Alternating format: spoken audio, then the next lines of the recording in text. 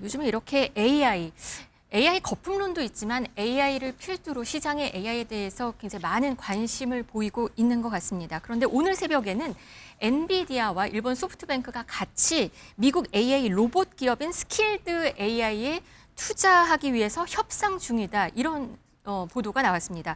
이 기업 가치가 20조 원이 될 수 있고 몇 달 사이에 3배 정도 오른 기업이다. 이 스킬드 AI, 이 회사는 뭔가요? 이게 메타가 지금 AI 관련돼가지고 인재를 끌어들이는 블랙홀 역할을 했잖아요. 네. 굉장히 뭐 수천억 원을 주고 뭐 CEO를 데려오기도 하고 이 메타 AI 연구원 출신들이 나와서 23년에 설립한 회사입니다. 23년 얼마 안 돼, 2년밖에 안 된 회사네요. 그런데 벌써 유니콘을 넘어서 지금 네. 데카콘이 된 회사인데요. 네. 이 스킬드 AI가 뭐냐라고 보자면 로봇의 두뇌 역할을 하는 범용 소프트웨어 개발에 주력해온 회사입니다. 그래서 우리가 이제 많이 쓰는 챗GPT 같은 것 있잖아요. 그건 네. 이제 라지 랭귀지 모델에서 LLM 해가지고 우리가 여러 가지 뭐 하면 학습을 해가지고 그에 맞춘 정답을 내놓는 건데요. 네. 이 스킬드 AI는 이 로봇이 인간처럼 작동하기 위한 인간의 인지 기능이나 아니면은 행태 등을 AI적으로 프로그래밍한 이건 약간 피지컬 AI 분야에서 하드웨어를 만드는 게 아니라요. 소프트웨어를 만드는 기업입니다. 그러니까 AI의 두뇌에 관련된 맞습니다. 일을 하는 그래서 이게 거군요. 자체 네. 하드웨어 제작이 아니라 모든 형태의 로봇에 적용할 수 있는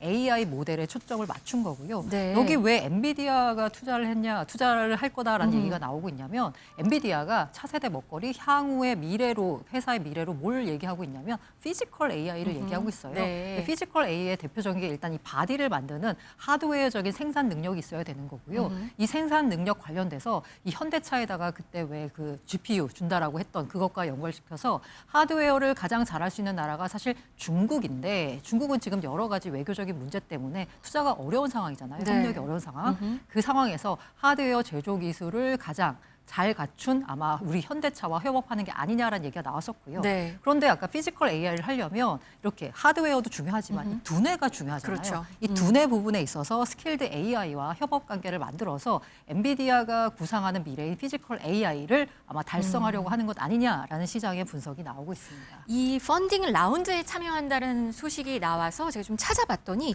이 회사에는 이미 우리나라 기업들도 투자를 하긴 했더라고요. 그리고 펀딩 라운드가 뭔 거예요? 그러니까 펀딩 라운드라고 하는 거는 그 기업들이 처음에 자금이 필요할 때 모으기 위해서 이제 하는 일종의 자금 투자 네. 뭐 설명회 같은 거라고 생각을 하시면 네. 되고요. 그것을 통해서 자금을 네. 모집하는데요. 보니까 2025년 6월에도 있었고, 그러니까 6개월 전이었네요. 이때도 했었고 여기에는 이런 회사들이 참여를 했고 주요 투자자로. 근데 지금은 또 엔비디아 소프트뱅크가 이렇게 들어가는 것 같습니다. 네, 특히 LG 같은 경우는 우리나라 LG CNS라고 네. 그 시스템 매니지먼트, 그러니까 한마디로 뭐 스마트 팩토리도 하고 기업들이 예를 들어서 물류 같은 거 하면 물류 시스템에 IT 같은 부분들을 서포트하고 이런 것들을 주 사업으로 하는 회사가 있는데요. 네. 여기가 지금 여기다 그 스킬드 AI에다가 엄청나게 지금 투자를 하고 있습니다. 이유를 생각해 보면 아까 말씀해 주신 피지컬 AI 부분이랑 관련이 있는 거죠. AI가 스스로 생각하고 공간을 지각하고 그리고 그 안에서 물류나 여러 가지 팩토리 시스템들을 다 해결해주는 이런 것들과 굉장히 관련이 있을 것 같다. 그리고 사실 저희 AI의 발전 단계의 마지막 단계가 피지컬 AI라고 보통 얘기를 하거든요. 네. 그렇게 봤을 땐 아마 이쪽에다가 조금 사업을 많이 명운을 걸고 있는 것 같습니다. 네, 이런 가운데 중국 베이징의 한 로봇 스타트업이 있는데요. 사람같이 공중 제비를 하는 로봇을 개발해서 또 로봇 업계에서 화제라고 합니다.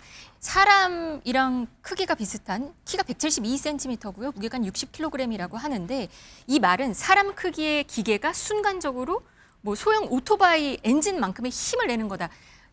중국에서도 로봇이 많이 만들어지고 있는 것 같습니다. 중국에서 로봇이 많이 만들어지는 정도가 아니라요. 네. 사실 로봇 산업을 주도하는 나라가 중국이다라고 볼 수 있습니다. 사실 그 올 초에 그 젠스낭 CEO가 CES에서 나와가지고 이제 발표를 했어요. 기조연설을 하는데 뒤에다가 이제 로봇을 쫙 세웠었거든요. 네. 14대를 세웠었는데 그중에 6대가 중국 업체였고요. 미국 업체 로봇은 4대에 불과했습니다. 중국 업체 로봇이 더 많았고요. 그리고 지금 저거는 약간 이제 기계 같은 느낌이 들잖아요. 네네. 그런데 지난달에 이제 중국에 있는 이제 전기차 업체가 로봇을 선보였거든요. 근데 재밌는 게 그 로봇에는 인간 피부 조직을 입혔어요.